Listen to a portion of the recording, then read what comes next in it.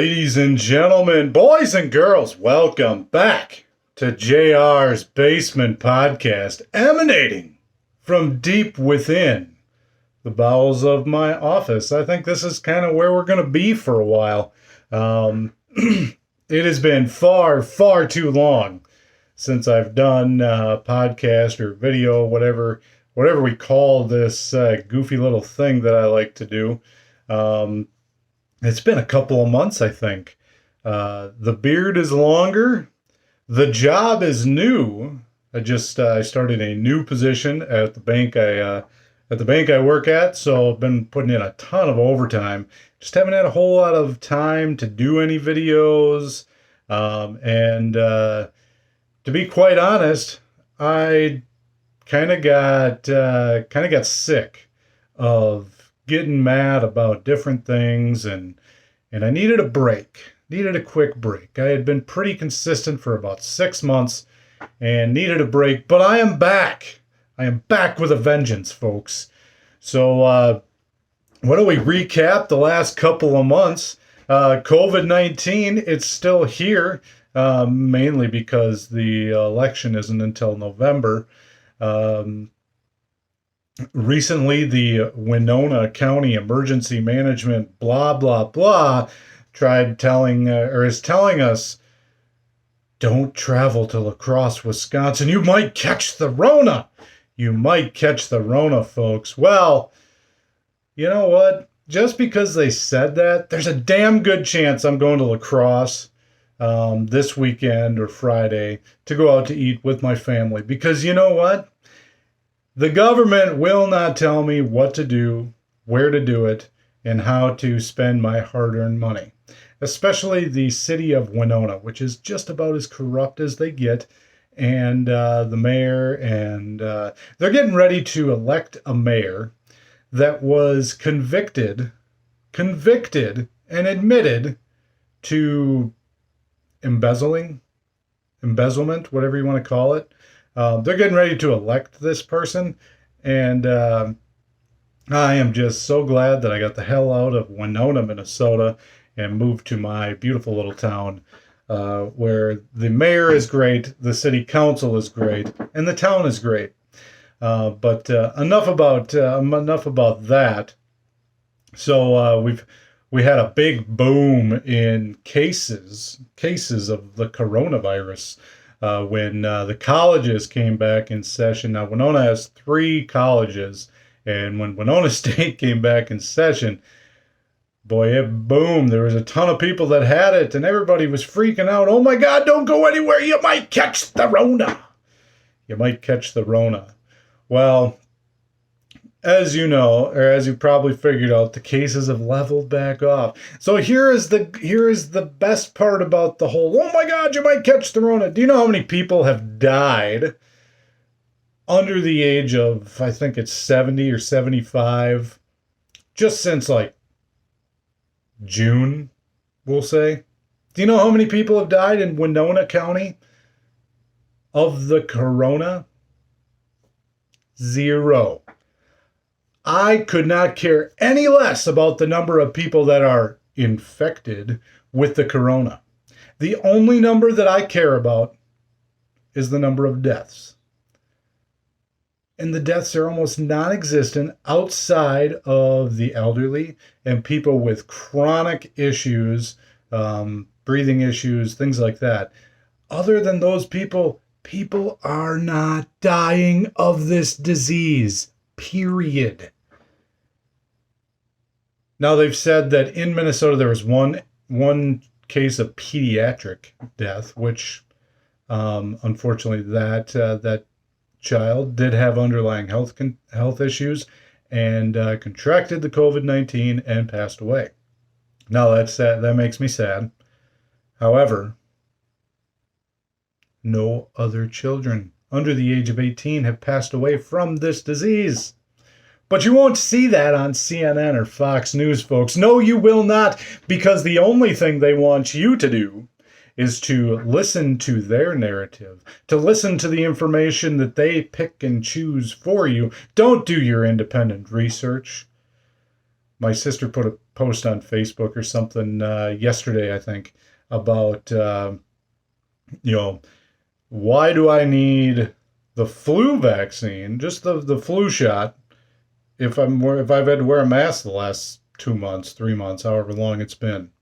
Why would I need that? And if I'm going to continue to have to wear a mask, why would I need a vaccine for the flu if the masks work so well? Great point. My cousin, who is kind of the inspiration for me doing this video, because he was asking about the YouTube channel yesterday, and I said, you know what, I think it's time to do another video. So my cousin Josh Rasmussen, shout out to Josh. Even though he's a Packer fan, I like him. He's a good dude.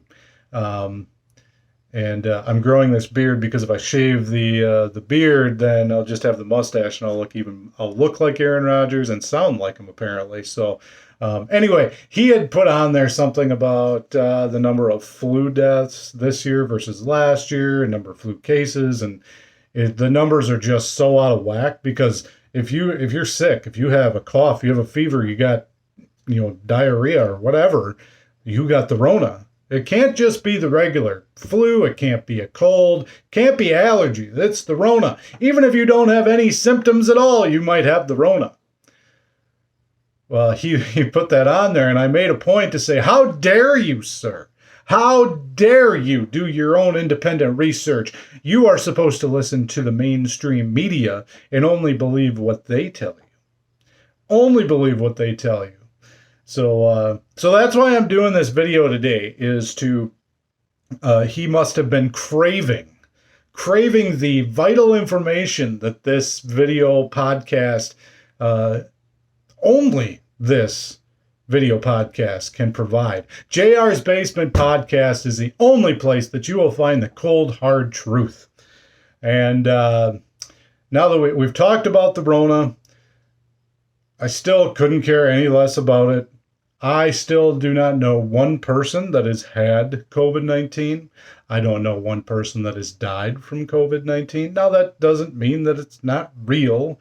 It is definitely a real virus.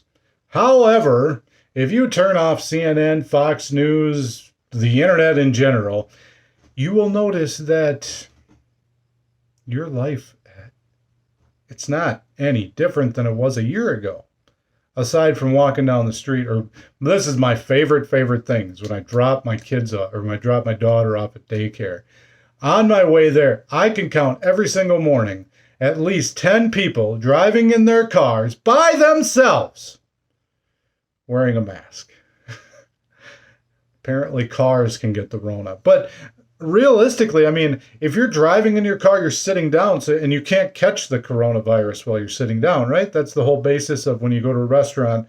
When you walk in, you have to wear the mask, but when you sit down, you can remove it, right?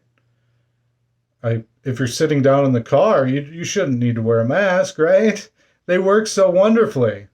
They work perfectly, right? I mean, everybody's been wearing them for 6 months, but the Rona is still here. I'm just tired of it. I'm at a point now where the kids are like, this is just stupid.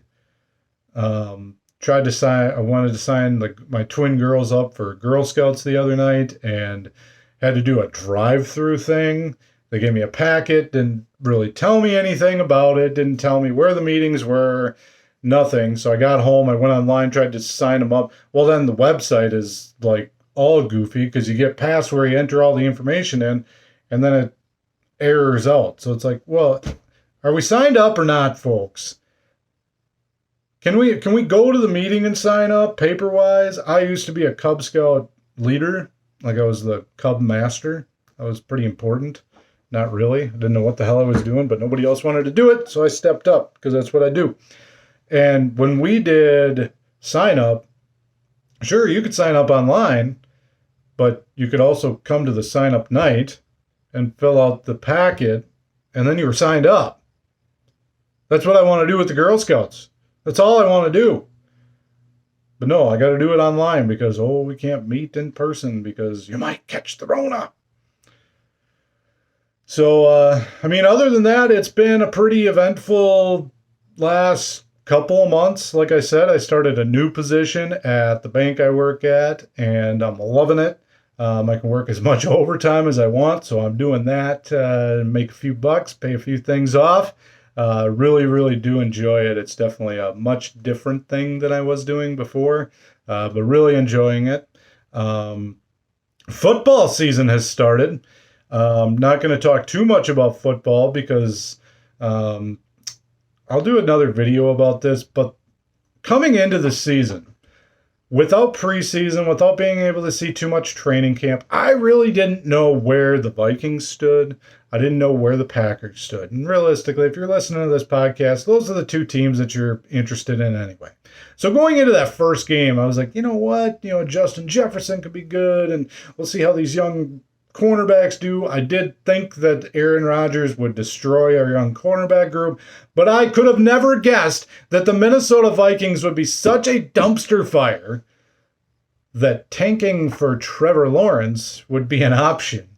Our defense is awful. Our offense is even worse.